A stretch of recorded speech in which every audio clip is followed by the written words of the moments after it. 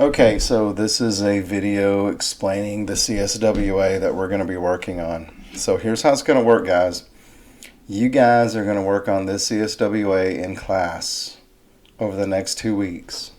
I will not have the laptops at the beginning of May. They go to Miss Fingar. Therefore, we need to utilize the next 2 weeks as best as possible. The CSWA is going to be one half of a written assignment and then another half of some sort of artistic impression, or artistic expression. This is what we call multimodal. The CSWA prompt is this: write an original literary work. So in other words, you have to make up something that conveys a theme related to beauty. Now, we've gone over beauty. We've talked about how incredibly subjective it is.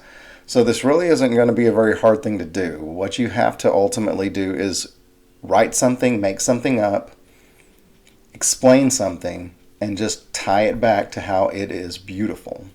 Whether it's physically beautiful or whether it's a beautiful expression, a beautiful moment, scene, something like that.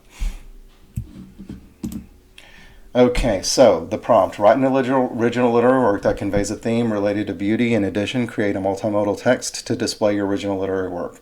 So here's a couple of examples. Now, I want this to be 1 page minimum, meaning that you can go above a page, but don't give me less than a page. It needs to be 12-point font, double-spaced, 1-inch margins. It can be a narrative. It can be a story, something that you've made up, that has a plot, that has rising action, falling action, characters, a script, whether it's a theater or movie script, a song. You can write your own poem. You can write an essay, and you can write a blog post. Now, the other half is going to be some sort of project that accompanies it. You can give me a PowerPoint, a Prezi, a poster, artwork, video, or infographic. So one of the examples I'm going to show you is this. One student decided to do beautiful quotes from literature that were made into movies and how the movies expressed those beautiful moments. So here's an example of something that they gave me. They decided to write this piece right here that explains what's going on in the scene, and then they gave me their opinion. They gave me a picture of a screen capture of that scene happening, and then they allowed themselves to find a link to that actual scene. And so I felt that this was a really good example of, one of the easiest ways to get this project done, by just telling me that, look, here's what's going on in the scene. I'm going to let you click on a link so you can watch the scene, and then I'm just going to tell you what I think about it. Here's another example. Is they decided that they were going to write, there's a letter written from one character in a novel to another, and it was in a very beautifully written letter. So what they did is they wrote the letter up here, up above, like what's in it.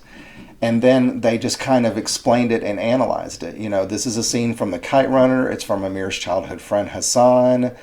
Amir moved from the U.S., to the U.S. from Afghanistan. Hassan has been killed. And so the letter that you're reading is from his friend who has been murdered by the Taliban. And once again, he gave me a YouTube clip of this happening, where in the movie you hear the entire letter being read by the main character, and you can see him emotionally reacting to it. And I thought it was a really nice scene.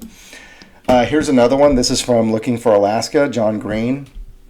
So right here is the actual passage, and this is a passage that we did in class earlier in the year when we were doing analysis. But here's the passage, and then they just kind of wrote their opinion of it, their analysis. This passage perfectly describes the innocent feelings that capture a person's psyche within the throes of infatuation. When the narrator says he can hear her smile in the reading, the imagery mixes senses in order to highlight a combination of senses one may feel when sharing a beautiful moment with another. Here's another example. Somebody was, they were doing an essay about like their favorite songs and what those songs remind them of in their own lives. And so what they did is they wrote down a hymn that was sang in their church, and then they put pictures of their little brother and how it reminded them of it. And then they gave me a link, of the song being sung by a choir. Now, I will say this, you don't have to give me links, okay? This person just went above and beyond, and I applaud that. But if it would have just been the words and the picture, that would have been good enough. So again, I really don't want you to make this harder than it is, okay? It doesn't have to be that way. Now that you know a little bit of what it is, I mean, of course, you can always ask me to clarify things when you see me, but you will have to present the project. So in order to receive full credit, these projects must be presented to the class. Failure to do so will result in a 15-point deduction off the final grade. I will say this, guys. I'm going to show everybody the rubric when I see you, and the rubric really isn't that hard to follow. It's really not going to be hard to make a 100 on this project.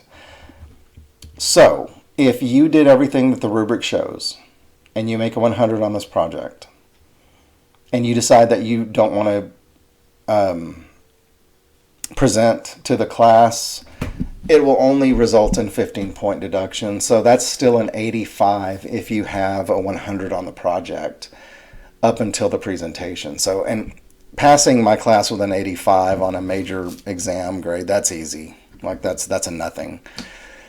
But I do want to tell you guys, you need to start presenting. That's just something that is going to follow you until you're done with school. And for those of you who, things happen. I had no intentions of going to college, and things happen. And when I was in college, every single class, we had to present something. Every single class, you had to stand up there with your PowerPoint and present something and discuss things with the class. Sometimes you had to do Q&As where you had to stand up there, you researched a topic, and then you allow questions from the class. And it's nerve-wracking, but it's something you got to get over, okay? You have to deal with it. I had Bell's palsy where half of my face was paralyzed, and I still had to present. I mean, it was an absolute nightmare, but it's something that had to be done. So you really need to get over this, well, I'm not presenting. I mean, obviously it's not going to hurt you that bad on this project if you do really well on the project, but this isn't the only time you're going to be asked to do so. Anyway, if you have any questions about this project, then you need to ask me in class or email me. I have to approve of your project. So if you're providing me with artwork or a video, you need to particularly let me know what's going to be in it so I can make sure that it's acceptable. But other than that, guys, this really isn't a big deal. So I will see you on Monday and Tuesday, actually just every day next week. I'll see you, and if you have any questions, just let me know. But you need to utilize class time to take care of this because it will be due in 2 weeks.